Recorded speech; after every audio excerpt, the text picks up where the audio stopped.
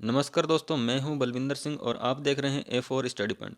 दोस्तों, इस वीडियो के अंतर्गत हम राजस्थान ज्योग्राफी में भौतिक प्रदेश का चैप्टर पढ़ने वाले हैं। दोस्तों, पिछली वीडियो के अंतर्गत हमने राजस्थान का सामान्य परिचय देखा था। अगर आपने वो वाली वीडियो नहीं देखी है तो आप उस वीडियो को पहले देख लीजिएगा, जिसकी लिंक आपको डिस्क्रिप्शन में मिल जाएगी।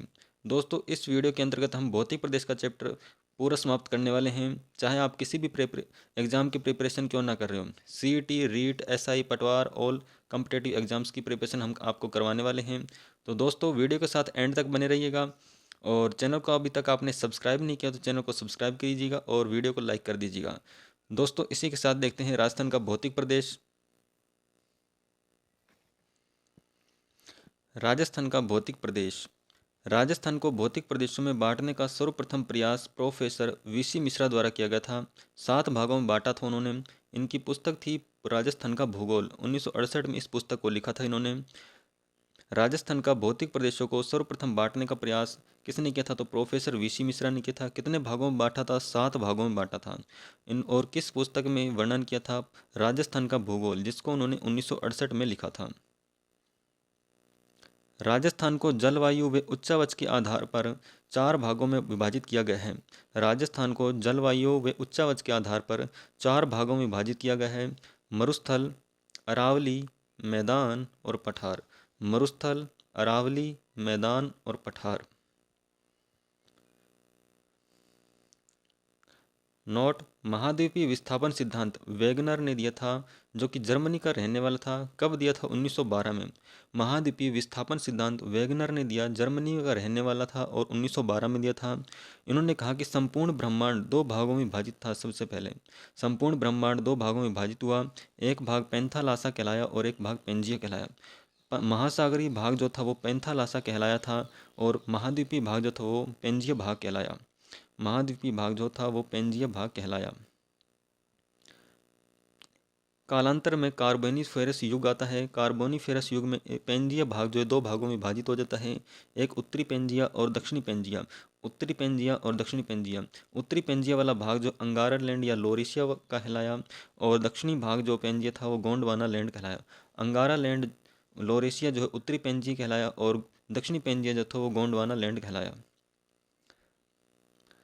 और इसी में ही मध्य में उत्पत्ति हुई टेथिस सागर की। इसी के मध्य उत्पत्ति हुई थी टेथिस सागर की। उत्तरी पेंजिया और दक्षिण पेंजिया के मध्य टेथिस सागर था।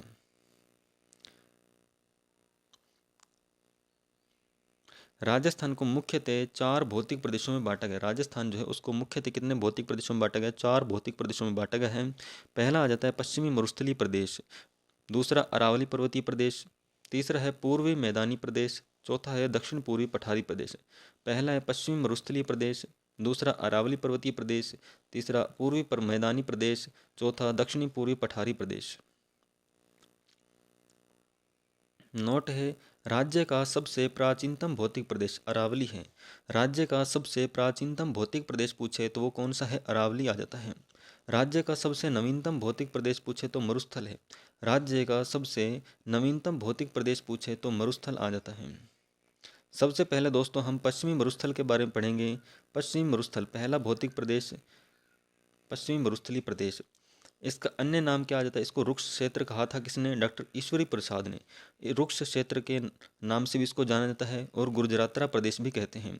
रुक्ष प्रदेश की संज्ञा डॉक्टर ईश्वरी प्रसाद ने दी थी और गुर्जरात्रा प्रदेश की संज्ञा ह्वेन सांग ने दी थी, जो कि एक चीनी यात्री था। ह्वेन सांग कौन था? एक चीनी यात्री था जो कि हर्षवर्धन के शासनकाल में भारत आया था। इनकी एक पुस्तक थी CU की। इनकी पुस्तक का नाम है CU की। पश्चिमी मरुस्थल की उत्पत्ति की बात करें तो इसकी उत्पत्ति उत्तर प्लीस्टोसीन युग में मानी जाती है। उसकी उत्पत्ति उत्तर प्लीस्टोसीन युग में मानी जाती है। अवशेष किसका है ये? पश्चिमी मरुस्थल किसका अवशेष या भाग माना जाता है? टेथिस सागर का अवशेष या भाग माना जाता है।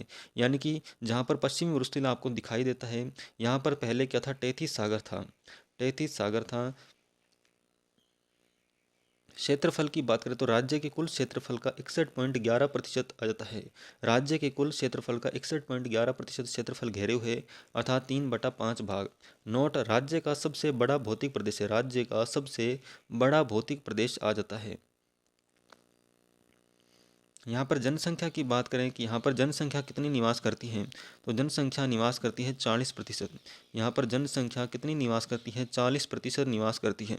मुख्य जिलों की बात करते हैं, इसमें राजस्थान के पश्चिमी मरुस्थलीय प्रदेश में 12 जिले आते हैं।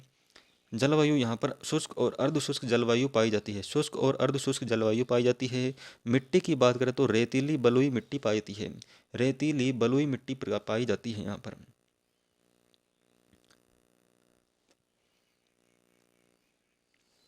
राजस्थान का विभाजन जो है वर्षा के आधार पर दो भागों में भी किया गया है।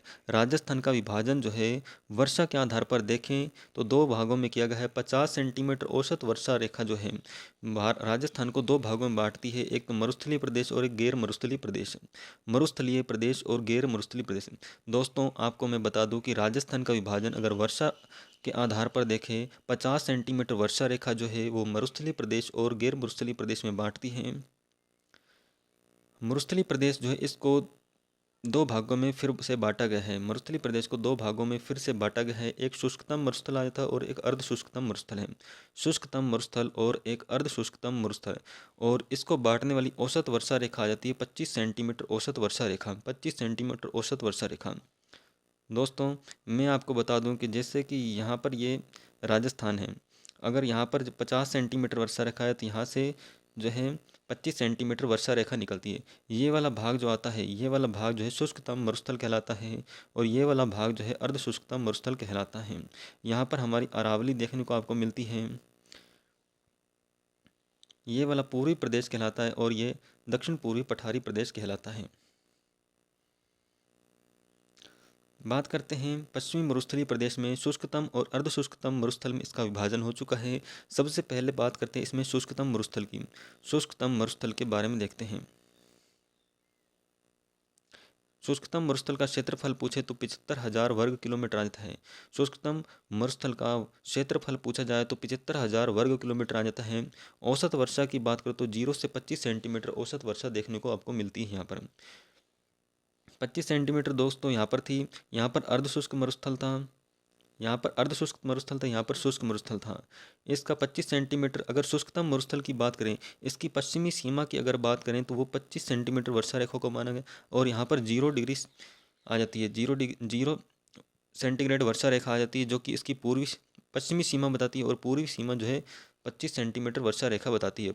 पश्चिमी सीमा 25 सेंटीमीटर वर्षा रेखा, सॉरी दोस्तों, यहाँ पर पूर्वी सीमा जो है वह 25 सेंटीमीटर वर्षा रेखा आ जाती है, यहाँ पर आ जाती है 0 सेंटीमीटर वर्षीय रेखा।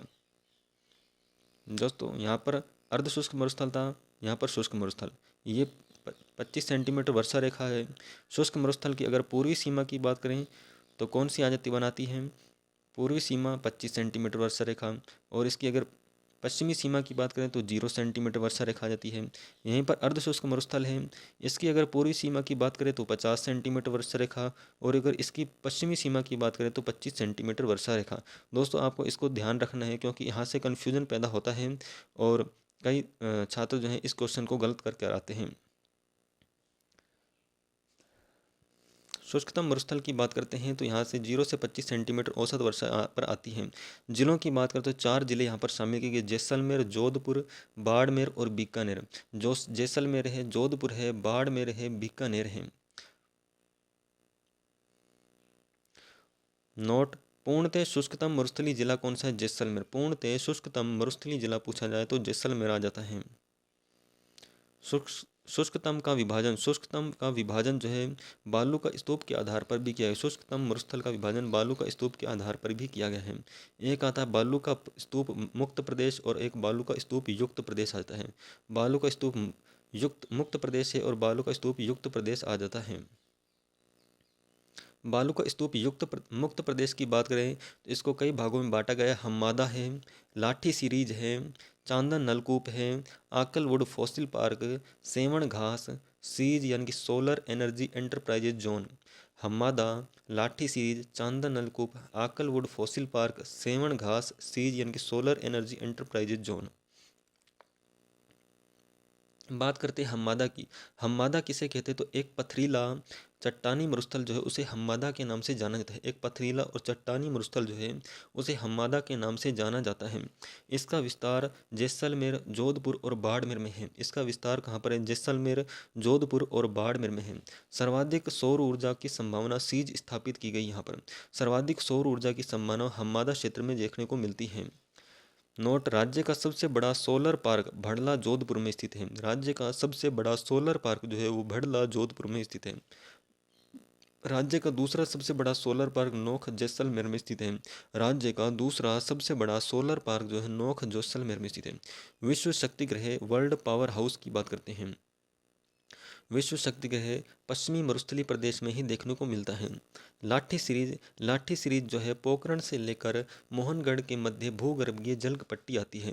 दोस्तों ये इंपॉर्टेंट मार्क कर लीजिएगा कि पोखरण से लेकर मोहनगढ़ के मध्य भूगर्भीय जल पट्टी को किस नाम से जाना जाता है? तो उसे लाठी सीरीज कहते हैं। कहाँ पर है? जैसलमेर जिले में आ जाती है। इसी में ही चांदन नलकूप है जिसको थार का घड़ा कहा जाता है। दोस्तों इसे ही चांदन नलकूप जिसे थार का घड़ा कहा जाता है। घास आ जाती है सेवण घास, प्रोटीन युक्त घास है। सेवण घास जो है प्रोटीन युक्त घास आ जाती है। Akal wood fossil park. Akal wood fossil park आपको जैसलमेर में देखने को मिलता है। आकल गांव में प्राचीनतम लकड़ी के जीवाश्म अवशेष मिले यहाँ से। प्राचीनतम लकड़ी के जीवाश्म अवशेष मिले हैं यहाँ से। बालू का स्तूप युक्त प्रदेश की बात करते हैं। बालू का स्तूप युक्त प्रदेश सेकंड आता है। बालू का स्तूप युक्त प्रदेश जिसमें बरखान देखने को मिलता है। यहाँ पर हमें बालू का स्तूप मिलते हैं जिनके विभिन्न नाम इस प्रकार से दिए गए हैं। बरखान जिसे वायु भंवर के कारण निर्मित अर्धचंद्राकार बालू का स्तूप, वायु भंवर के कारण निर्मित अर्धचंद्राकार बालू का स्तूप बरखान कहलाता है। यह प्रसिद्ध कहाँ का है? भालेरी गाँव चूरू का प्रसिद्ध है। सर्वाधिक ये शेखावाटी क्षेत्र में देखने को मिलते हैं और इनकी विशेषता है सर्वाधिक नुकसानदायी बालू का स्तूप है। बरखान वायु भंवर के कारण निर्मित अर्धचंद्राकार बालू का स्तूप है। प्रसिद्ध कहाँ का है? भालेरी गांव चूरू का प्रसिद्ध है। सर्वाधिक ये शेखावाटी क्षेत्र में देखने को मिलते हैं और विशेषता है सर्वाधिक नुकसानदायी बालू का स्तूप पूछे तो वो बरखान आ जाता है। अनुधेर्य बालू का स्तूप सेकंड है। अनुधेर्य बालू का स्तूप। अनुधेर्य बालू का स्तूप का अन्य नाम रेखीय बालू का स्तूप या पवनानुवृत्ति भी कहते हैं। रेखीय बालू का स्तूप या पवनानुवृत्ति पवन की दिशा के समानांतर बनने वाला बालू का स्तूप है। पवन की दिशा के समानांतर बनने वाला बालू का स्तूप है। पवन की गति धीमी या मंद होती है और सर्वाधिक जैसलमेर और बाड़मेर में बनते हैं। अनुधेर्य बालू का स्तूप की बात करते हैं। इसका अन्य नाम रेखीय बालू का स्तूप या पवनावृत्ति बालू का स्तूप कहते हैं। पवन की दिशा के समानांतर बनने वाला बालू का स्तूप है। पवन की गति धीमी या बंद होने पर बनता है और सर्वाधिक जैसलमेर और बाड़मेर में देखने को मिलता है। अनुप्रस्थ बालू का स्तूप की बात करते हैं। पवन की दिशा के समकोण पर बनने वाला बालू का स्तूप अनुप्रस्थ बालू का स्तूप कहलाता है। पवन की दिशा के समकोण पर बनने वाला बालू का स्तूप जो है वो अनुप्रस्थ बालू का स्तूप कहलाता है। पवन की गति अवरोध या रुकावट बाधा पैदा करता है। सर्वाधिक ये जोधपुर, जालौर, पुंगल, बीकानेर में देखने को मिलता है। जोधपुर, जालौर और पिंगल, बीकानेर में देखने को मिलते हैं। पैराबोलिक बालू का स्तूप बड़ी झाड़ियों के सहारे निर्मित बालू का स्तूप जो होता है पैराबोलिक बालू का स्तूप कहलाता है। आकार इसका महिलाओं के हेयर पिन के समान है और संपूर्ण मरुस्थलीय क्षेत्र में देखने को मिलता है। पैराबोलिक बालू का स्तूप बालू बड़ी झाड़ियों के सहारे निर्मित बालू का स्तूप है। आकार महिलाओं की हेयर पिन के समान है और विस्तार इसका संपूर्ण मरुस्थलीय क्षेत्र में देखने को मिलता है। नोट: सीप व तारा बालू का स्तूप में भी शामिल होते हैं। सीप और तारा भी बालू के स्तूप के प्रकार आ जाते हैं। तारा बालू का स्तूप की बात करते हैं तो आकार इसके तारे के समान होता है और यह इनका विस्तार मोहनगढ़, पोखरण और सूरतगढ़ में है। तारा बालू का स्तूप तारे के समान होते हैं। मोहनगढ़, पोखरण व सूरतगढ़ में देखने को मिलते हैं। नेक्स्ट आ जाता है सभी प्रकार के बालू के स्तूप जोधपुर में देखने को मिलते हैं। सभी प्रकार के जो बालू के स्तूप हमने अभी पढ़े हैं वो सभी के सभी जोधपुर में देखने को मिल जाते हैं। अर्घ या इर्ग। अर्घ बोलते हैं वनस्पति रहित क्षेत्र। अर्घ या इर्ग बोलते हैं वनस्पति रहित क्षेत्र। रेतीला मरुस्थल सर्वाधिक विस्तार इसका सम क्षेत्र जैसलमेर धोरों के लिए प्रसिद्ध है। सर्वाधिक विस्तार अर्घ या इर्ग का सम क्षेत्र जैसलमेर में मिलता है और सम क्षेत्र जैसलमेर को धोरों के लिए प्रसिद्ध है। धोरों के लिए प्रसिद्ध अगर क्षेत्र पूछा जाए तो सम क्षेत्र जैसलमेर आ जाता है। रेग जो होता है मिश्रित मरुस्थल कहलाता है। पथरीला और रेतीला मरुस्थल जो होता है दोनों का सम्मिलित रूप रेग कहलाता है जिसको मिश्रित मरुस्थल भी कहते हैं। हैं। धरियन की बात करें तो धरियन भ्रमणशील बालू का स्तूप को धरियन कहते हैं। भ्रमणशील बालू का स्तूप जो होते हैं उनको धरियन के नाम से जाना जाता है। इनका विस्तार जैसलमेर में, इनका विस्तार कहाँ पर है? जैसलमेर में है। कारवा या गासी, कारवा या गासी दो बालू का स्तूप के मध्य ऊंट गुजरने का मार्ग कारवा या गासी कहलाता है। दो बालू का स्तूप जो थे उनके मध्य ऊंट गुजरने का मार्ग कारवा या गासी कहलाता है। विस्तार इनका मरुस्थलीय क्षेत्र जैसलमेर व बीकानेर में देखने को मिलता है। इनका विस्तार की बात करूँ तो मरुस्थलीय क्षेत्र जैसलमेर व बीकानेर में देखने को मिलता है।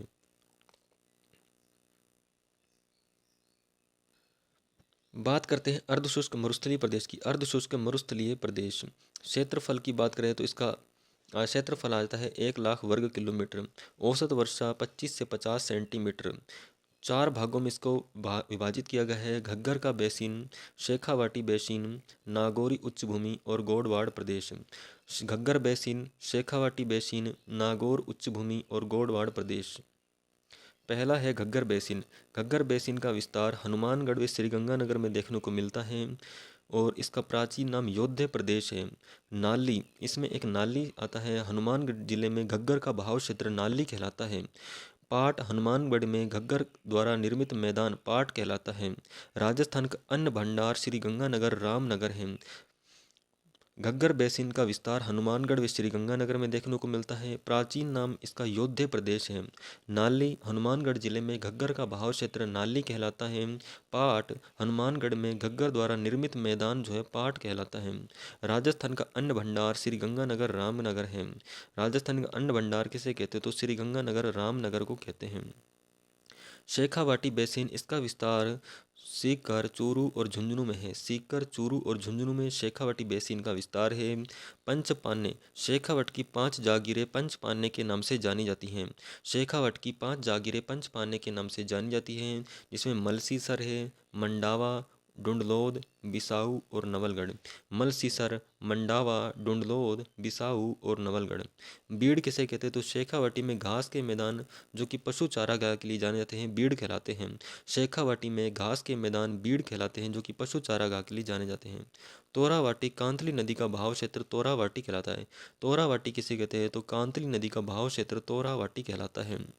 जोहड़ या नाडा, शेखावाटी में जल संरक्षण के स्रोत जोहड़ या नाडा कहलाते हैं। जोहड़ या नाडा, शेखावाटी में जल संरक्षण के स्रोत जोहड़ या नाडा कहलाते हैं। नोट, जोहड़ वाले बाबा डॉक्टर राजेंद्र प्रसाद हैं, डॉक्टर राजेंद्र सिंह हैं, अलवर के रहने वाले थे। जोहड़ वाले बाबा किसे कहा जाता है? राजेंद्र सिंह को कहा जाता है और ये अलवर के रहने वाले थे। बात करते हैं नागौरी उच्च भूमि की। नागौर उच्च भूमि की। नागौर उच्च भूमि का विस्तार नागौर, अजमेर व बीकानेर में देखने को मिलता है। नागौर उच्च भूमि का विस्तार नागौर, अजमेर व बीकानेर में देखने को मिलता है। कुबड़ पट्टी या बांका पट्टी, नागौर व अजमेर के मध्य फ्लोराइड का जमाव जो है कुबड़ पट्टी या बांका पट्टी के नाम से जाना जाता है। यहाँ पर क्या होता है? फ्लोरोसिस रोग की अधिकता पाई जाती है, इसलिए इसको जो है बांका पट्टी या कुबड़ पट्टी कहा जाता है। हार्डपन किसे कहते हैं? तो नागौर व बीकानेर के मध्य जिप्सम का जमाव जो है हार्डपन कहलाता है। नागौर व बीकानेर के मध्य जिप्सम का जमाव हार्डपन कहलाता है। मकराना नागौर मार्बल संगमरमर के लिए प्रसिद्ध है। मकराना नागौर जो है मार्बल संगमरमर के लिए प्रसिद्ध है। मांगलोद नागौर जिप्सम के लिए प्रसिद्ध है। मांगलोद नागौर जो है वो जिप्सम के लिए प्रसिद्ध है। जायल नागौर फ्लोराइड के लिए प्रसिद्ध है। जायल नागौर जो है फ्लोराइड के लिए प्रसिद्ध है। सपाद लक्ष्य क्षेत्र अजमेर व नागौर में स्थित है। सपाद लक्ष्य शहर जो है सपाद लक्ष्य क्षेत्र जो है वो अजमेर व नागौर में स्थित है। राजस्थान में औजारों का शहर जो है नागौर, राजस्थान में औजारों का शहर नागौर को कहते हैं। राजस्थान का हृदय अजमेर को कहते हैं। राजस्थान का हृदय किसे कहते हैं? तो अजमेर को कहते हैं। ऊन का घर बीकानेर है। ऊन का घर बीकानेर। राजस्थान में औजारों का शहर नागौर, राजस्थान का हृदय स्थल अजमेर और ऊन का घर है बीकानेर। गोडवाड़ प्रदेश की बात करते हैं तो गोडवाड़ प्रदेश में का विस्तार जोधपुर, बाड़मेर, पाली, जालौर में है। गोडवाड़ प्रदेश का विस्तार जोधपुर, बाड़मेर, पाली, जालौर में देखने को मिलता है। वर्तमान नाम इनका लूणी बेसिन है। वर्तमान नाम इसका लूणी बेसिन भी के नाम से भी जानते हैं। रोही मैदान, लूणी नदी व अरावली के मध्य उपजाऊ क्षेत्र रोही मैदान कहलाता है। लूणी नदी व अरावली के मध्य उपजाऊ क्षेत्र रोही का मैदान कहलाता है। 56 की पहाड़ियाँ या पर्वत बाड़मेर में स्थित हैं। 56 की पहाड़ियाँ या पर्वत पर्वत जो है वो बाड़मेर में स्थित है। बालोतरा व सिवाना के मध्य, बालोतरा से लेकर सिवाना के मध्य 56 की पहाड़ियाँ पाई जाती हैं। नाकोड़ा पर्वत, नाकोड़ा पर्वत बाड़मेर में स्थित है। नाकोड़ा पर्वत कहाँ पर है? बाड़मेर में स्थित है। प्रसिद्ध पार्श्वनाथ जैन मंदिर के लिए प्रसिद्ध है। नाकोड़ा पर्वत जो है किसके लिए प्रसिद्ध है? तो पार्श्वनाथ जैन मंदिर के लिए प्रसिद्ध है। प्राचीन नाम इसका मेवा नगर या मेवों के लिए प्रसिद्ध है। नाकोड़ा पर्वत बाड़मेर में स्थित है। प्रसिद्ध किसके लिए? पार्श्वनाथ जैन मंदिर के लिए प्रसिद्ध। प्राचीन नाम इसका मेवा नगर या मेवों के लिए प्रसिद्ध है। पिपलूद गाँव बाड़मेर में स्थित है। पिपलूद गाँव कहाँ पर है? बाड़मेर में स्थित है। पश्चिमी राजस्थान की सर्वाधिक वर्षा होती है। पश्चिमी राजस्थान की सर्वाधिक वर्षा देखने को मिलती है पिपलूद गाँव बाड़मेर में। मारवाड़ का लघु माउंट आबू कहते हैं। मारवाड़ का लघु माउंट किसको कहते हैं? पिपलूद गाँव बाड़मेर को कहते हैं। तिलवाड़ा बाड़मेर जो है राव मल्लीनाथ पशु मेला लगता है। तिलवाड़ा बाड़मेर में राव मल्लीनाथ पशु मेला लगता है, राज्य का सबसे प्राचीनतम मेला। दोस्तों इसको वेरी वेरी इंपॉर्टेंट मार्क कर लीजिए, क्योंकि ऐसा कोई एग्ज़ाम नहीं है जिसमें इस प्रश्न को ना पूछा जाता हो। दोस्तों हर एक शिफ्ट में लगभग यह सवाल हर एक एग्ज़ाम में पूछा ही जाता है पूछा। तो दोस्तों राव मल्लीनाथ पशु मेला तिलवाड़ा बाड़मेर में लगता है और यह राज्य का सबसे प्राचीनतम पशु मेला है। जसवंतपुरा की पहाड़ियाँ, जसवंतपुरा की पहाड़ियाँ कहाँ पर देखने को मिलती है? जालोर में। जसवंतपुरा की पहाड़ियाँ जालोर में देखने को मिलती हैं। इनकी सर्वोच्च चोटी है डोरा पर्वत है, ऊंचाई 869 मीटर। जसवंतपुरा की पहाड़ियाँ जालोर में देखने को मिलती हैं। सर्वोच्च चोटी है डोरा पर्वत 869 मीटर। पश्चिमी राजस्थान की सर्वोच्च चोटी पूछे तो वो डोरा पर्वत ही है। पश्चिमी राजस्थान की सर्वोच्च चोटी पूछे तो वो कौन सी है? डोरा पर्वत है, वो डोरा पर्वत है। पश्चिमी राजस्थान की सर्वोच्च चोटी पूछी जाए तो डोरा पर्वत। कितनी ऊंचाई? 869 मीटर ऊंचाई है। ग्रेनाइट सिटी कहते हैं जालोर को। ग्रेनाइट सिटी के नाम से किसे जाना जाता है? तो जालोर को जाना जाता है। सांचौर बेसिन जालोर में स्थित है। सांचौर बेसिन जालोर में स्थित है, जिसको राजस्थान का पंजाब भी कहते हैं। दोस्तों अगर पूछा जाए कोई राजस्थान का पंजाब किसे कहते हैं तो सांचौर बेसिन जालोर को कहते हैं। नीला शहर जोधपुर में स्थित है। नीला शहर कहाँ पर स्थित है? जोधपुर को कहते हैं। नीला शहर कहते हैं जोधपुर को। दोस्तों कुछ इंपॉर्टेंट पॉइंट देख लेते हैं। पीवणा राजस्थान में जहरीला सर्प जो है पीवणा के नाम से जाना जाता है। पीवणा पश्चिमी राजस्थान में जहरीला सर्प जो है वो पीवणा के नाम से जाना जाता है। खड़ीन जैसलमेर पालीवाल ब्राह्मणों द्वारा निर्मित है। खड़ीन अर्थात जैसलमेर में पालीवाल ब्राह्मणों द्वारा निर्मित जो है जल क्षेत्र जो होता है उसको खड़ीन कहते हैं। पलाया झील जो है अस्थायी झील को पलाया झील के नाम से जानते हैं। वर्षा से निर्मित झील जो होती है पलाया झील कहलाती है। सर्वाधिक जैसलमेर में देखने को मिलती है। पलाया झील अस्थायी झील होती है, वर्षा से निर्मित झील होती है और सर्वाधिक जैसलमेर में देखने को मिलती है। लघु मरुस्थल की बात करें तो बीकानेर से कच्छ का भाग जो है लघु मरुस्थल के नाम से जानता है। बीकानेर से लेकर कच्छ का भाग जो है लघु मरुस्थल के नाम से जाना जाता है। रन या टाट स्थायी झील जो होती है रन या टाट के नाम से जानी जाती है। रन या टाट किसे कहते हैं? स्थायी झील को रन या टाट कहते हैं। सर्वाधिक ये नागौर में देखने को मिलती है। सर्वाधिक कहाँ पर देखने को मिलती है? नागौर में। पनिहारा रन परिहार रन जो है चूरू में। पनिहार रन देखने मिलती है चूरू में। बाप रन देखने को मिलती है जोधपुर में। बाप रन जोधपुर में, पनिहार रन चूरू में देखने को मिलती है। रन या टाट की अगर बात करें तो अगर सर्वाधिक पूछे तो नागौर में। और स्थायी झीलें होती है रन या टाट जो है स्थायी झीलों के प्रकार हैं। पश्चिमी मरुस्थलीय प्रदेश के महत्वपूर्ण तथ्य और विषयों की ओर बात कर लेते हैं। सर्वाधिक सौर ऊर्जा की संभावना यहाँ पर देखने को मिलती है। पश्चिमी मरुस्थल में सर्वाधिक सौर ऊर्जा की संभावना मिलती है। अरावली का वृष्टि छाया प्रदेश पूछे तो उसे मरुस्थल कहते हैं। अरावली का वृष्टि छाया प्रदेश अगर पूछा जाए तो मरुस्थल को कहते हैं। सर्वाधिक दैनिक तापांतर वाला भौतिक प्रदेश पूछे तो वो कौन सा है? भौतिक प्रदेश अपना पश्चिमी मरुस्थल आता है। और अगर जिला पूछा जाए तो वो चूरू है। सर्वाधिक दैनिक तापांतर वाला अगर भौतिक प्रदेश पूछा जाए तो पश्चिमी मरुस्थल है। और अगर जिला पूछा जाए तो चूरू आ जाता है। विश्व में सर्वाधिक जैव विविधता वाला भौतिक प्रदेश पूछा जाए तो वो है पश्चिमी मरुस्थलीय प्रदेश। विश्व में सर्वाधिक जैव विविधता वाला भौतिक प्रदेश पूछा जाए या फिर मरुस्थल पूछा जाए तो पश्चिमी मरुस्थल आ जाता है। सर्वाधिक आबादी वाला भौतिक प्रदेश पूछा जाए तो वो है अपना पश्चिमी मरुस्थल यानी कि थार का मरुस्थल कह सकते हैं। अवसादी चट्टानों की अधिकता पाई जाती है। यहाँ पर अवसादी चट्टानों की अधिकता पाई जाती है। जैसलमेर का प्राचीन नाम क्या था? मांड या वल्लभ। जैसलमेर का प्राचीन नाम जो है मांड या वल्लभ मिलता है। दोस्तों अब पढ़ते हैं हम अरावली पर्वतीय प्रदेश को। दोस्तों उम्मीद करता हूँ कि आपको वीडियो पसंद आ रही होगी, और वीडियो पसंद आ रही तो आप चैनल को सब्सक्राइब कर सकते हैं और वीडियो को लाइक कर सकते हैं। दोस्तों अपने दोस्तों को भी शेयर कर सकते हैं। तो देखते हैं अरावली पर्वतीय प्रदेश। अन्य नाम इसका ऊँट की गर्दन, अबुल फजल ने कहा था। ऊँट की गर्दन किसने कहा था? अबुल फजल ने कहा। और सुरक्षा दीवार कहा था कर्नल जेम्स टोड ने। ऊँट की गर्दन कहा था अबुल फजल ने, सुरक्षा दीवार कहा कर्नल जेम्स टोड ने। अरावली का पिता अरब सागर को कहा जाता है। अरावली का पिता किसे कहते हैं? अरब सागर को कहते हैं। दोस्तों मैं आपको पॉइंट टू पॉइंट बता रहा हूँ, और वीडियो आप लाइक ज़रूर कर दीजिएगा और सब्सक्राइब भी कर दीजिएगा। अरावली का पिता जो है अरब सागर है। उत्पत्ति जो है प्री कैम्ब्रियन युग में हुई थी। इसकी उत्पत्ति जो है प्री कैम्ब्रियन युग में हुई है। अवशेष या भाग की बात करें तो गोंडवाना लैंड का माना जाता है। अवशेष या भाग की बात करते हैं गोंडवाना लैंड का माना जाता है। तुलना की बात करें तो अपलेशियन पर्वतमाला से यूएसए से इसकी तुलना की जाती है। अपलेशियन पर्वतमाला यूएसए से इसकी तुलना की जाती है। विशेषता की बात करें तो विश्व की सबसे प्राचीनतम अवशिष्ट वलित पर्वतमाला है। विशेषता की बात करें तो विश्व की सबसे प्राचीनतम अवशिष्ट और वलित पर्वतमाला है। इसका विस्तार पालनपुर गुजरात से रायसीना हिल्स के रूप में नई दिल्ली तक है। विस्तार इसका पालनपुर गुजरात से रायसीना हिल्स के रूप में नई दिल्ली तक है।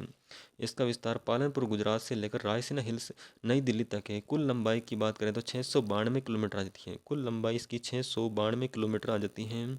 अरावली की दिशा की बात करें तो दक्षिण पश्चिम से उत्तर पूर्व आ जाती है। अरावली की दिशा जो है दक्षिण पश्चिम से उत्तर पूर्व की ओर है।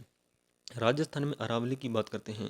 राजस्थान में अरावली की बात करें तो इसका क्षेत्रफल 9.3% है।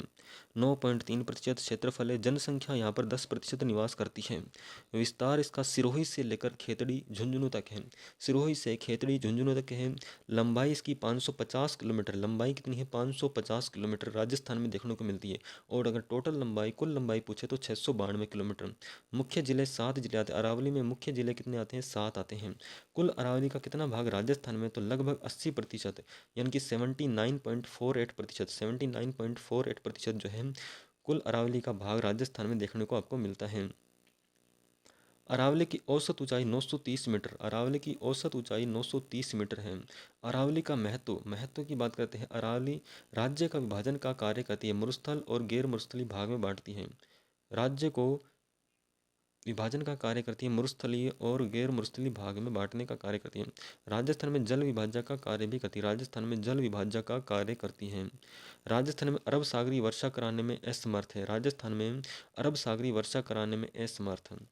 रेगिस्तान मार्च डेजर्ट मार्च को रोकती है। रेगिस्तान मार्च को रोकती है, यानी कि रेगिस्तान मार्च कहते हैं रेगिस्तान का आगे विस्तार होना, यानी कि यहाँ पर विस्तार।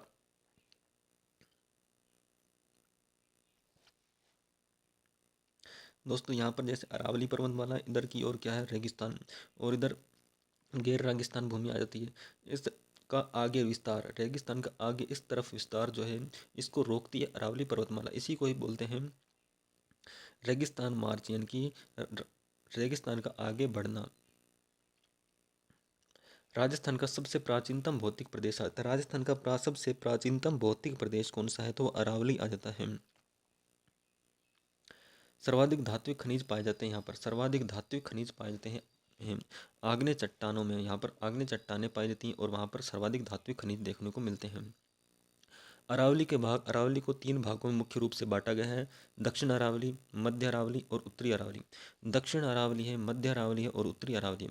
दक्षिण अरावली की बात करते हैं सबसे पहले। दक्षिण अरावली को फिर से 2 भागों में बांटा गया है। सिरोही जिले में, एक तो सिरोही जिले में आती हैं और मेवाड़ अरावली। सिरोही जिले में आती हैं और मेवाड़ अरावली। सिरोही जिले में आने वाली पहाड़ियों के नाम देखते हैं या चोटियों के नाम देखते हैं। गुरु शिखर है, उड़िया का पठार, पीपली दर्रा, भागकर, नक्की झील और आबू पर्वत। ये अपने को सिरोही जिले में देखने को मिलते हैं। गुरु शिखर, उड़िया का पठार, पीपली दर्रा, भागकर, नक्की झील, आबू पर्वत। मेवाड़ अरावली की बात करें तो मेवाड़ अरावली को 2 भागों में बांटा गया है, पठार और पहाड़ियों में। ऊपर माल का पठार, मैसा का पठार, भोराट का पठार, भोमट का पठार, लसाड़िया का पठार। ऊपर माल का पठार, मैसा का पठार, भोराट का पठार, भोमट का पठार, लसाड़िया का पठार।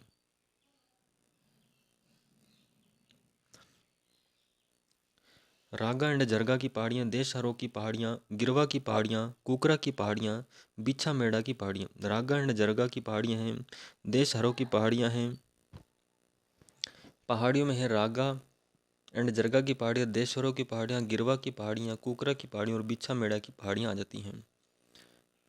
सिरोही जिले में बात करते हैं, सिरोही जिले के बारे में। गुरु शिखर, इसका गुरु शिखर की राज्य व अरावली की सबसे ऊंची चोटी जो है गुरु शिखर है। राजस्थान में अरावली की सबसे ऊंची चोटी पूछे तो गुरु शिखर है। कहाँ पर स्थित है? सिरोही में स्थित है। ऊंचाई की बात करें 1722 मीटर आ जाती है, 1722 मीटर या 5650 फीट या 5650 फीट भी कह सकते हैं। कर्नल जेम्स टोड संतों का शिखर कहलाता है। कर्नल जेम्स टोड संतों का शिखर। तपोस्थली गुरु दत्तात्रेय ऋषि की, तपोस्थली किसकी है? गुरु दत्तात्रेय ऋषि की मानी जाती है। अन्य नाम है गुरु माथा, इसका अन्य नाम गुरु माथा आ जाता है। गुरु शिखर राज्य अरावली की सबसे ऊंची चोटी कहाँ पर स्थित है? सिरोही में। ऊंचाई 1722 मीटर आ जाती है, 5650 फीट। कर्नल जेम्स टोड संतों का शिखर। तपोस्थली गुरु दत्तात्रेय ऋषि की, अन्य नाम इसका गुरु माथा है।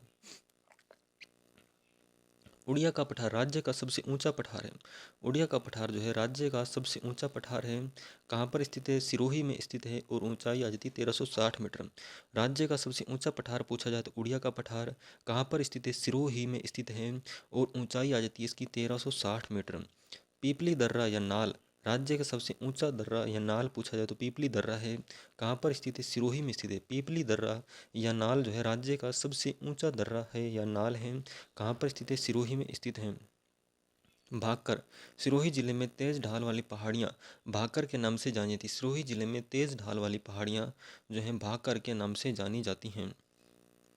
नक्की झील राज्य की सबसे ऊंचाई वाली झील आ जाती है। नक्की झील, नक्की झील राज्य की सबसे ऊंचाई वाली झील कौन सी है? नक्की झील है। कहाँ पर स्थित है? सिरोही में स्थित है। नक्की झील राज्य की सबसे ऊंचाई वाली झील है। नक्की झील सिरोही में स्थित है।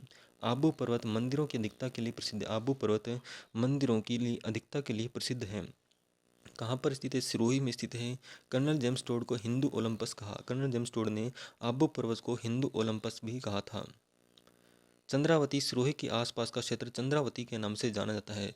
चंद्रावती यानी कि सिरोही के आसपास का क्षेत्र जो है चंद्रावती जाना जाता है। राजस्थान का शिमला माउंट आबू सिरोही को कहते हैं। राजस्थान का शिमला किसे कहते हैं? तो माउंट आबू सिरोही को राजस्थान का शिमला कहते हैं। बात करते हैं मेवाड़ अरावली की। मेवाड़ अरावली, तो मेवाड़ अरावली में आता है ऊपर माल का पठार। भैंसोरगढ़ व बिजोलिया के मध्य पहाड़ी भाग ऊपर माल का पठार कहलाता है। भैंसोरगढ़ व बिजोलिया के मध्य पहाड़ी भाग जो है ऊपर माल का पठार कहलाता है। कहाँ पर स्थित है? चित्तौड़गढ़ व भीलवाड़ा जिले में स्थित आ जाता है। और प्रसिद्ध आंदोलन यहाँ पर स्टार्ट किया था भिजोलिया किसान आंदोलन, 1897 से 1941 तक चला था। ऊपर माल का पठार भैंसोरगढ़ व बिजोलिया के मध्य पहाड़ी भाग कहलाता है। कहाँ पर स्थित है? चित्तौड़गढ़ भीलवाड़ा में। प्रसिद्ध आंदोलन बिजोलिया किसान आंदोलन 1897 से 1941 तक चला था। मैसा का पठार चित्तौड़गढ़ जिले में स्थित है। मैसा का पठार कहाँ पर देखने को मिलता है?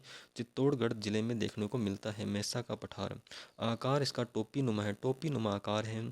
पहाड़ी की बात करें तो चित्रकूट पहाड़ी आ जाती है, देखने को मिलती है, जहाँ पर चित्तौड़गढ़ किला अवस्थित है। मैसा का पठार चित्तौड़गढ़ जिले में स्थित है। आकार इसका टोपी नुमा है और पहाड़ी यहाँ पर एक स्थित है चित्रकूट पहाड़ी, जिस पर चित्तौड़गढ़ का किला बना हुआ है। नेक्स्ट आ जाता है भोराट का पठार। भोराट का पठार गोगुंदा व कुंभलगढ़ के मध्य का पहाड़ी भाग जो है भोराट का पठार कहलाते हैं। इसे इंपॉर्टेंट मार्क कर लीजिएगा, ये भी हर एक एग्जाम में पूछा ही जाता है क्वेश्चन। गोगुंदा व कुंभलगढ़ के मध्य पहाड़ी भाग जो है भोराट का पठार कहलाता है और यह उदयपुर व राजसमंद के मध्य स्थित है। गोगुंदा उदयपुर और कुंभलगढ़ राजसमंद। बहुमठ का पठार विस्तार इसका सिरोही उदयपुर व डूंगरपुर बांसवाड़ा में है। सिरोही उदयपुर डूंगरपुर व बांसवाड़ा में देखने को मिलता है। प्रसिद्ध आंदोलन यहाँ पर हुआ था एक ही आंदोलन, जिसको मोतीलाल तेजावत ने शुरू किया था। बहुमठ का पठार विस्तार इसका सिरोही उदयपुर डूंगरपुर व बांसवाड़ा में देखने को मिलता है। प्रसिद्ध आंदोलन यहाँ से स्टार्ट होता है, एक ही आंदोलन जिसको मोतीलाल तेजावत ने स्टार्ट किया था। लसाड़िया का पठार राज्य का सबसे ऊबड़ खाबड़ का पठार। लसाड़िया पठार राज्य का अगर सबसे ऊबड़ खाबड़ वाला पठार पूछे तो वह है लसाड़िया का पठार। इसका विस्तार उदयपुर में स्थित है और लसाड़िया पठार के पूर्व में जयसमंद झील पाई जाती है। राजस्थान के लसाड़ी के पठार के पूर्व दिशा की ओर जयसमंद झील स्थित है। उदयपुर में इसका लसाड़ी का पठार का विस्तार है और राज्य का सबसे उबड़ खाबड़ वाला पठार माना जाता है। देशहरों का पठार रागा व जरगा के मध्य हरा भरा क्षेत्र देशहरों कहलाता है। रागा व जरगा के मध्य हरा भरा क्षेत्र देशहरों कहलाता है और इसका विस्तार उदयपुर में स्थित है। इसका विस्तार कहाँ पर? उदयपुर में स्थित है। गिरवा, उदयपुर शहर के चारों ओर तश्तरी नुमा पहाड़ियाँ गिरवा के नाम से जानी थी। उदयपुर शहर के चारों ओर तश्तरी नुमा पहाड़ियाँ जो हैं वो गिरवा के नाम से जानी जाती हैं। कुकरा की पहाड़ियाँ राजसमंद में स्थित है। कुकरा की पहाड़ियाँ कहाँ पर स्थित है? राजसमंद में स्थित है कुकरा की पहाड़ियाँ। बिच्छा मेड़ा की पहाड़ियाँ उदयपुर आयड़ नदी का उद्गम स्थल होता है। बिच्छा मेड़ी की पहाड़ियाँ उदयपुर आयड़ नदी का उद्गम स्थल होता है। सफ़ेद शहर उदयपुर झीलों की नगरी को कहते हैं। उदयपुर शहर उदयपुर सफ़ेद शहर बोलते हैं उदयपुर को। इसको झीलों की नगरी भी कहा जाता है। पहाड़ों की नगरी डूंगरपुर को कहते हैं। पहाड़ों की नगरी कहते हैं डूंगरपुर को और सफ़ेद शहर कहा जाता है उदयपुर को, झीलों की नगरी। बात करते हैं मध्य अरावली की। मध्य अरावली का विस्तार अजमेर में देखने को मिलता है। सर्वोच्च चोटी इसकी टोडगढ़ या मोरार जी है। टोडगढ़ या मोराय जी या गोराम जी कह सकते हैं। 933 मीटर आ जाती है जो कि अजमेर में स्थित है। और दूसरी सर्वोच्च चोटी की बात करें तो तारागढ़ आ जाती है 873 मीटर। तारागढ़ है 873 मीटर। और पहाड़ी की बात करें तो बीठली पहाड़ी, यहाँ पर पहाड़ी कौन सी? बीठली पहाड़ी है और बीठली पहाड़ी पर तारागढ़ किला बना हुआ है अजमेर जिले के अंदर। पहाड़ी बीठली पहाड़ी तारागढ़ किला बना हुआ है अजमेर में। दर्रे या नाल की बात करें तो सुर्रा घाट दर्रा और शिवपुरी घाट दर्रा देखने को मिलता है।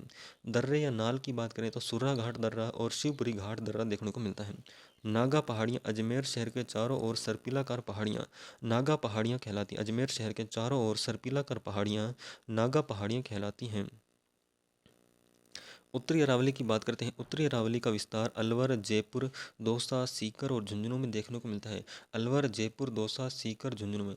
सर्वोच्च चोटी की बात करें तो रघुनाथगढ़ आ जाती है 1055 मीटर। सीकर में स्थित है। उत्तरी अरावली की सर्वोच्च चोटी रघुनाथगढ़ है। कितनी ऊंचाई है? 1055 मीटर है सीकर जिले में। अन्य प्रमुख चोटियाँ बैराठ हैं, बरवाड़ा है, बाबाई है और खो है। बैराठ जयपुर में है, बरवाड़ा जयपुर में, बाबाई झुंझुनू में देखने को मिलती है और खो मिलती है जयपुर में। बैराठ जयपुर में, बरवाड़ा जयपुर में, बाबाई झुंझुनू में और खो जयपुर में देखने को मिलती हैं। प्रमुख पहाड़ियों की बात करते हैं तो उदयनाथ की पहाड़ियाँ आती हैं। उदयनाथ की पहाड़ियाँ अलवर में स्थित हैं। बैराठ की पहाड़ियाँ जयपुर में, मालखेत की पहाड़ियाँ सीकर में, हर्ष पर्वत सीकर में, ईगल की पहाड़ी जो है जयपुर में स्थित है, जयगढ़ किला बना हुआ है और देवगिरी की पहाड़ी दौसा में स्थित है। उदयनाथ की पहाड़ियाँ अलवर में, बैराठ की पहाड़ियाँ जयपुर में, मालखेत की पहाड़ियाँ सीकर में, हर्ष पर्वत कहाँ पर देखने को मिलता है? सीकर में देखने को मिलता है। ईगल की पहाड़ी पूछे तो जयपुर में जयगढ़ किला बना हुआ है। देवगिरी की पहाड़ी दौसा में स्थित है। गुलाबी नगर के नाम से किसे जाना जाता है? गुलाबी नगर के नाम से जाना जाता है जयपुर को। और राजस्थान का सिंह द्वार अलवर को कहते हैं। राजस्थान का सिंह द्वार जो है वो अलवर को कहते हैं। गुलाबी नगर जयपुर को कहते हैं। अरावली की प्रमुख अन्य चोटियों की बात करते हैं। अरावली की प्रमुख अन्य चोटियों की बात करते हैं। गुरु शिखर 1722 मीटर सिरोही में स्थित है। गुरु शिखर जो है 1722 मीटर ऊंचाई इसकी सिरोही में स्थित है। शेर सिरोही में स्थित है। शेर जो है 1597 मीटर सिरोही में स्थित है। देलवाड़ा सिरोही में, जरगा उदयपुर में, अचलगढ़ सिरोही में, आबू सिरोही में। गुरु शिखर सिरोही में, शेर सिरोही में, देलवाड़ा सिरोही में, जरगा उदयपुर में, अचलगढ़ सिरोही में, आबू सिरोही में। कुंभलगढ़ राजसमंद में, कुंभलगढ़ राजसमंद में, रघुनाथगढ़ सीकर में, रघुनाथगढ़ है सीकर में। ऋषिकेश सिरोही में, ऋषिकेश सिरोही में। कमलनाथ उदयपुर में, कमलनाथ उदयपुर में। गोरम या टोडगढ़ अजमेर में, गोराम या टोडगढ़ अजमेर में 933 मीटर ऊंचाई। तारागढ़ 873 मीटर अजमेर में। अरावली पर्वत अरावली के प्रमुख दर्रे या नाल की बात करते हैं। सिरोही दर्रे में दो दर्रे पाए जाते हैं, पीपली दर्रा और बोरांग दर्रा। सिरोही में पीपली दर्रा और बोरांग दर्रा देखने को मिलता है। पाली में देसूरी की नाल, सोमेश्वर की नाल और बर दर्रा देखने को मिलता है। देसूरी की नाल, सोमेश्वर की नाल और बर दर्रा। उदयपुर में देवारी की नाल है। उदयपुर में देवारी की नाल है, फुलवारी की नाल, हाथी दर्रा और केवड़ा की नाल। देवारी की नाल है, फुलवारी की नाल है, हाथी दर्रा है, केवड़ा की नाल है। राजसमंद में गोराम घाट, कामली घाट और जीरावल की नाल है। गोराम घाट, कामली घाट और जीरावल की नाल है। अजमेर की बात करें तो सुर्रा घाट और शिवपुरी घाट है, सुर्रा घाट और शिवपुरी घाट देखने को मिलता है अजमेर में। अरावली प्रदेश की भूगर्भीय बनावट का वर्णन करने वाला व्यक्ति अलेक्जेंडर मैकमिलन हेरोन था। अरावली प्रदेश की भूगर्भीय बनावट का वर्णन करने वाला जो व्यक्ति था अलेक्जेंडर मैकमिलन हेरोन था, 1923 में की थी। अरावली व विंध्याचल दोनों पर्वतमालाएं रणथंभौर में मिलती हैं। अरावली व विंध्याचल दोनों पर्वतमालाएं रणथंभौर में मिलती हैं। अरावली प्रदेश को मेरू भी कहा जाता है, अरावली प्रदेश को मेरू भी कहा जाता है। अरावली का विस्तार सर्वाधिक उदयपुर में देखने को मिलता है और न्यूनतम अजमेर में देखने को मिलता है। अरावली का विस्तार सर्वाधिक उदयपुर में, न्यूनतम अजमेर में देखने को मिलता है। पूर्वी मैदानी प्रदेश की बात करते पूर्वी मैदानी प्रदेश की बात करते हैं।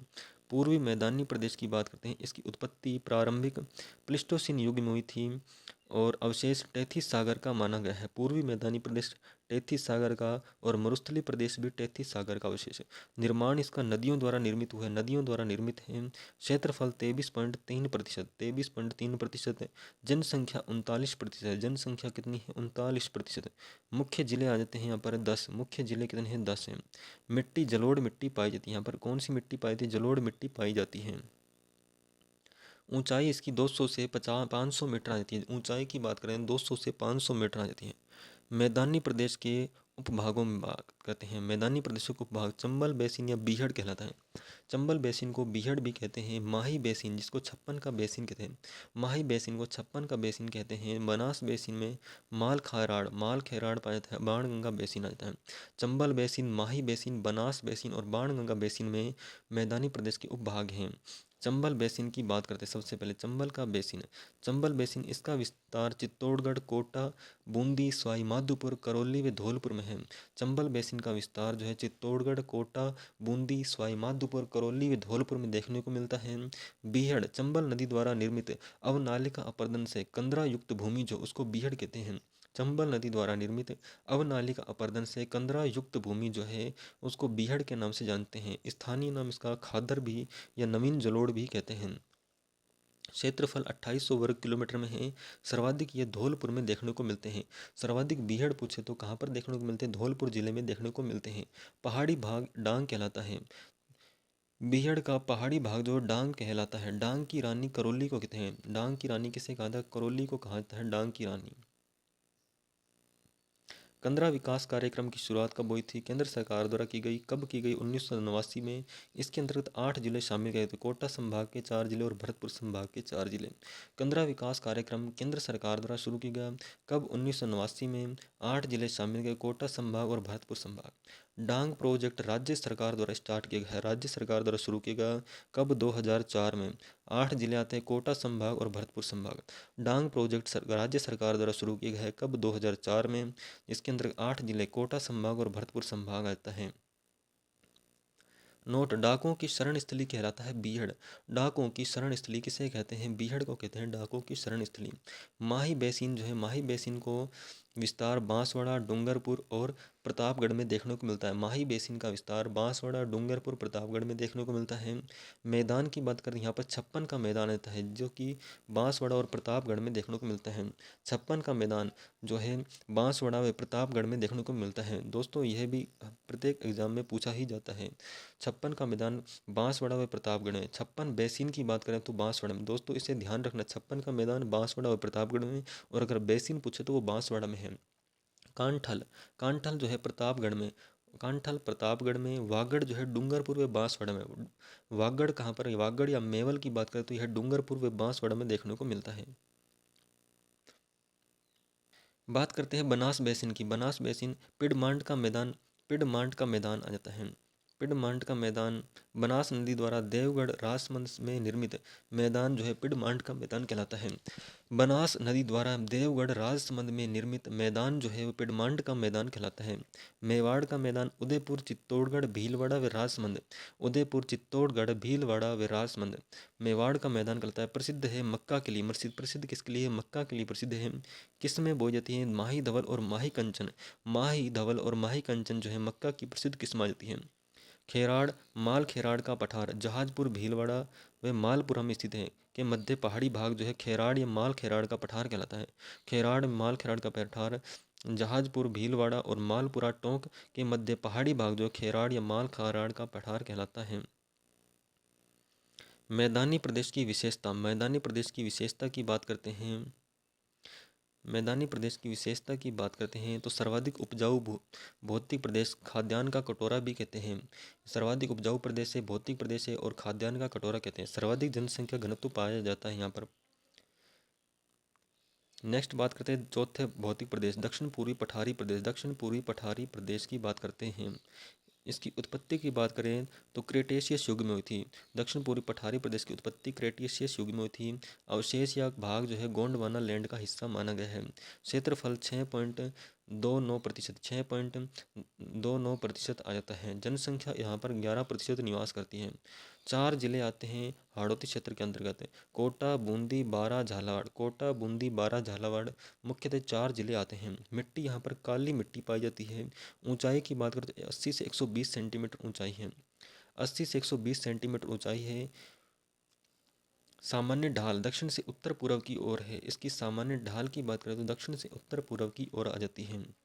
दक्षिण से उत्तर पूर्व की ओर सर्वोच्च चोटी यहाँ पर चांद खेड़ी आ जाती है, 517 मीटर, झालावाड़ में स्थित है। सर्वोच्च चोटी यहाँ की है चांद खेड़ी, 517 मीटर, झालावाड़ में स्थित है। पठारी प्रदेश के भाग, पठारी प्रदेश के भाग जो है 2 भागों में बांटा गया, विंध्य का गार भूमि और दक्कन के लावा पठार। विंध्य का गार भूमि, दक्कन का लावा पठार। विंध्याचल पर्वत का भाग, विंध्यन का गार भूमि जो है वो विंध्याचल पर्वत का भाग माना गया है, बलुआ पत्थर से संपन्न है और दक्षिण पूर्वी भाग में है। विंध्याचल पर्वत का भाग विंध्यन का गार भूमि है, बलुआ पत्थर से संपन्न है, दक्षिण पूर्वी भाग में है। दक्कन या लावा का पठार, अन्य नाम इसका मालवा का पठार, लावा का पठार और हाड़ौती का पठार कहते हैं। मालवा का पठार, लावा का पठार और हाड़ौती का पठार भी कहते हैं इसको। महान सीमा भ्रंश, महान सीमा भ्रंश की बात करते हैं। अरावली व विंध्याचल पर्वतमाला का मिलन स्थल जो है महान सीमा भ्रंश कहलाता है। ग्रेट बाउंड्री फॉल्ट कहलाता है अरावली व विंध्याचल पर्वत का मिलन स्थल। इसका विस्तार सवाई माधोपुर व बूंदी में स्थित है। सवाई माधोपुर और बूंदी में स्थित है महान सीमा भ्रंश का। बूंदी की पहाड़ियाँ, आकार इनका अर्धचंद्राकार है। बूंदी की पहाड़ियों का आकार कैसा है? अर्धचंद्राकार है। बूंदी में इसका विस्तार देखने को मिलता है। सर्वोच्च चोटी संतूर है, इसकी सर्वोच्च चोटी है संतूर, जिसकी ऊंचाई 353 मीटर यानी जो कि बूंदी में स्थित है। आडावाल का पठार बूंदी में स्थित है। आडावाल का पठार कहाँ पर स्थित है? बूंदी में स्थित है।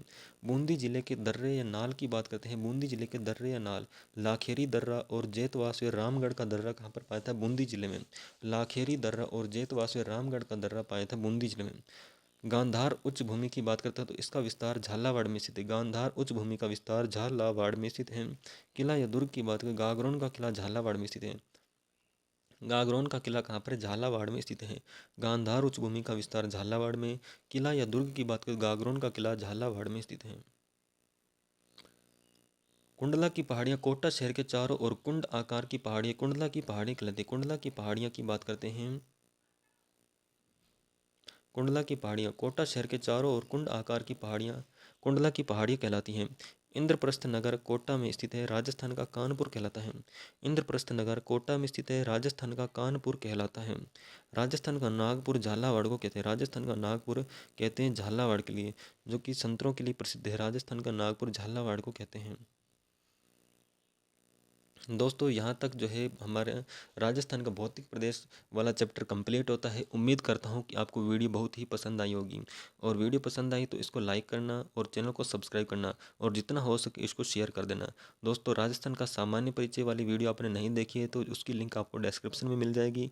क्लिक करके आप उस वीडियो को ज़रूर अवश्य देख लीजिएगा। और नेक्स्ट वीडियो के साथ मिलते हैं राजस्थान की नदियों के साथ।